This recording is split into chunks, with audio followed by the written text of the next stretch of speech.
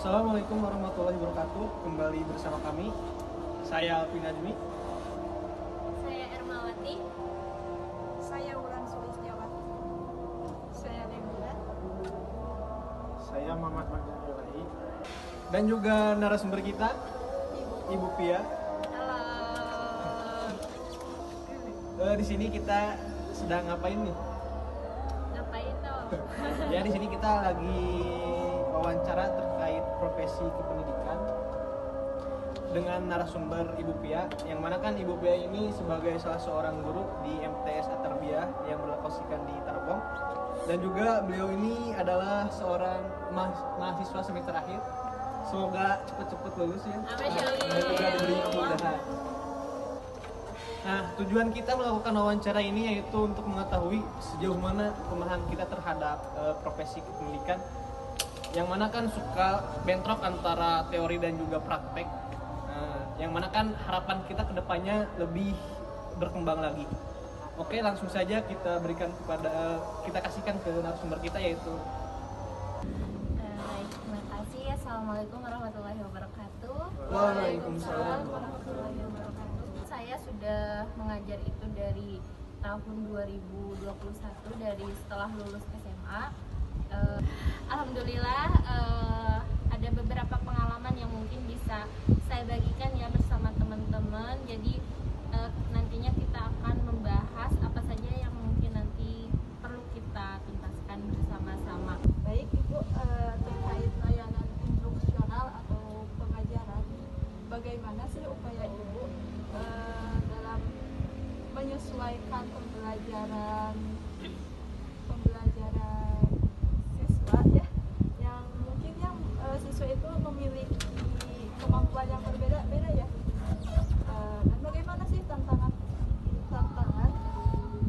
besar dalam memberikan layanan pembelajaran yang efektif tersebut. Kemudian apakah ada strategi baru yang pernah Ibu terapkan di sekolah tersebut?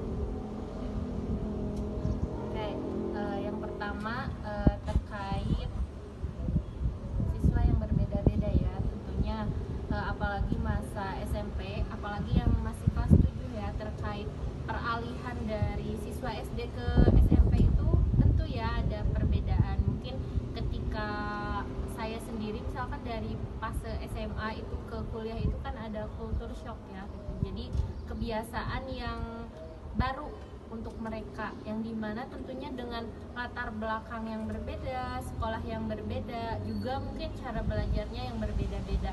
Nah, salah satu langkah atau misalkan dari pengenalan ya di kelas 7 itu saya terlebih dahulu biasanya melakukan mini riset terlebih dahulu ya, menanyakan mereka itu belajarnya sukanya seperti apa gitu.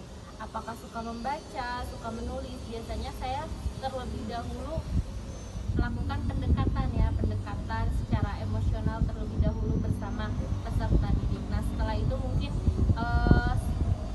ketika sudah ada pendekatan antara guru saya dengan murid saya, lalu setelah itu kita bisa efektifkan untuk pembelajaran sesuai dengan apa yang misalkan harus dicapai ya. Terkait metode itu bisa dikombinasikan ya, apalagi misalkan dalam satu pembelajaran, karena dengan latar belakang dan minat dan bakat mereka yang berbeda-beda, tentunya itu bakal ya sulit kalau kita tidak bisa mengkombinasikan metode pembelajaran. Biasanya karena memang yang saya ajar sekarang ini adalah Gen Z ya, yang dimana biasanya banyak menggunakan teknologi. Jadi kita itu harus melek terkait zaman ya, jangan sampai kita tertinggal di zaman yang ya dengan belajar, memberikan tugas, kemudian menjelaskan itu saja. Jadi gimana caranya kita bisa melibatkan siswa dalam suatu pembelajaran tersebut. Itu mungkin terkait yang tadi sudah kita bahas bersama-sama. Selanjutnya, bagaimana nih di zaman sekarang banyak teknologi yang semakin berkembang dan banyak aplikasi-aplikasi yang diterjunkan di era digital ini. Bagaimana Ibu memanfaatkan pengembangan teknologi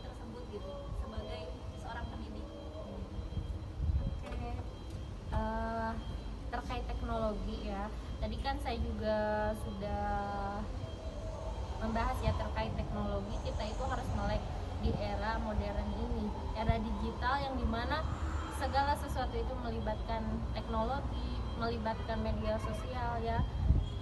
Kondisi anak-anak sekarang lebih minat main game atau belajar? Main game ya, bukan hanya di kalangan siswa tapi di kalangan kita mahasiswa juga kan, daripada membaca buku yang dipilih scroll WA, scroll TikTok. Nah, itu mungkin perlu ada pendampingan ya sebetulnya dalam menggunakan media sosial untuk anak yang masih di bawah umur. Nah, nyambung dari pertanyaan tadi, di sekolah sana kan tidak semua guru itu berkompeten dalam media digital.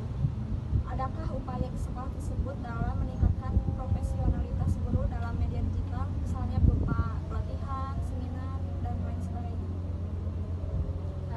Nah, terkait karena memang di sekolah saya ini kan bukan hanya generasi muda ya, ada generasi yang sebelum saya yang tentunya itu kan berbeda pendidikannya dengan kita, apalagi notabene di sana itu karena memang sekolahnya berbasis pesantren, jadi masih ada pendidik yang latar belakangnya dari ustadz gitu. Itu kan menjadi tantangan tersendiri ya bagi sekolah gitu, karena memang saya bukan pemilik sekolahnya gitu, jadi kan saya juga untuk misalkan memberikan saran dan lainnya itu ya mungkin bisa saja gitu, tapi belum tentu bisa kita realisasikan. Nah, mungkin upaya-upaya seperti seminar, workshop itu memang jarang sekali dilakukan karena memang sekolah swasta yang dimana segala kegiatan itu biasanya berkaitan dengan KKM ya. Jadi KKM itu mencakup segala kegiatan seperti workshop, seminar, kemudian FGMP. Jadi kita itu tidak seperti negeri ya gitu. Jadi harus ada dari KKM-nya dulu baru kita bisa merealisasikan, karena kan itu jadi tantangan tersendiri ya untuk kita sebagai guru, sulit sekali gitu.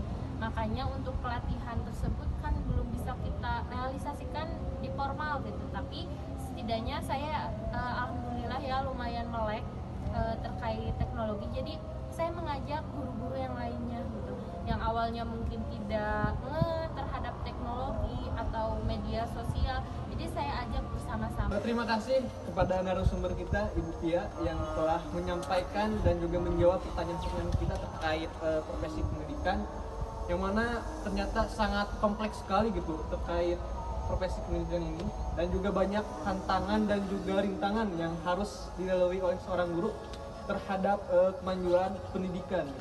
Mungkin sekian dari kami terkait wawancara hari ini. Mungkin kita akan berjumpa di lain waktu. Kami undur diri. Assalamualaikum.